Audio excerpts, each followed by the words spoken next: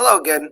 So we already took a look at accessing your email through the desktop app.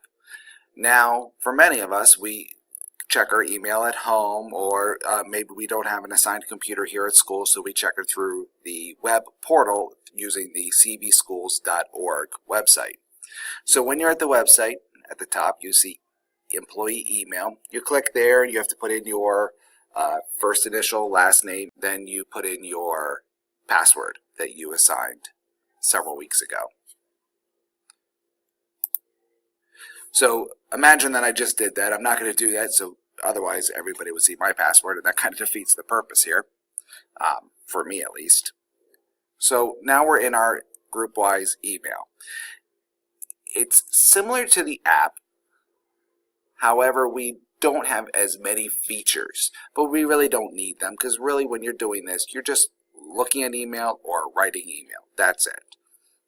So again, I've got an email here. Coincidentally, it's from me again. I just like writing myself. I double click, and like on the app, it opens up in another window. Now, I again have the option of closing this, just saving it until later.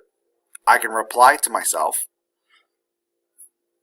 I can reply all. Now, in this particular email, there's only one sender and one receiver, so there wouldn't be any real reply all. But if this were an email sent to the entire staff, reply all would go to not only the sender, but everybody who received that original email. So be careful when you're using reply all. And we've got forward. If you wanted to take this email and then send it to your let's say your personal email or to somebody else, you could use the forward option, which would take this email, package it up, and send it somewhere else. You also have the option of marking delete. Delete would just get rid of it, send it to your trash. Now you don't have to delete from there. Like in the app, if it's one click, it highlights it. So I can highlight it and then go to this delete and delete it there as well. It doesn't matter. It deletes regardless. So I'm going to delete it just to get rid of it. Now, if you are writing an email, you're not responding to an email or replying or forwarding a previous email, but you're actually creating a new email, you're going to just go to Mail. Now there's a little arrow next to it. I don't know why. Because if you're going to Mail, you want to make an email. You don't need all of those other options. So it brings up the option of who you're going to send it to, what the topic is. Now CC and BC. CC means carbon copy. This person is sent the same email. You, the sender and the receiver, both can see that this person got a copy, but when you do a reply all, this person is not included. A blind copy is if you are sending an email. If I send it to myself and I wanted to blind copy Mrs. Ward, for an example, I could put her name there. The receiver, myself, wouldn't actually know that somebody else also got this email. But at the same time, if you replied or replied all, they wouldn't see that as well. So it's if you need somebody else to know that you sent an email, blind copy is a good option. If you don't want the receiver to know. If you want the receiver to know that somebody else is also on this email, then you use carbon copy. So like before, you start typing in a last name. Hopefully it'll find the right one. Hit enter, and I've got my name in there. I can go start typing in Mrs. Ward, hit enter, and now I can send to both Mrs. Ward and myself. Please make sure when you're sending an email that your subject makes sense. I'm completely guilty of that. I don't always, I write silly things there and then people don't necessarily read them. So I'm speaking from experience. Put something there that actually is meaningful to the body of the email.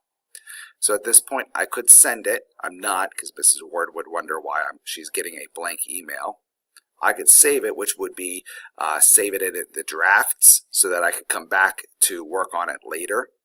Cancel would be, you know what, never mind, I don't want to send this email, just hit cancel. So I'm going to cancel. So say, are you sure? And yes. So again, like the app, we've got the appointment and the task. Now again, I've never ever used the task button. This is if you keep track of what you do day to day. I don't do that. I use other apps.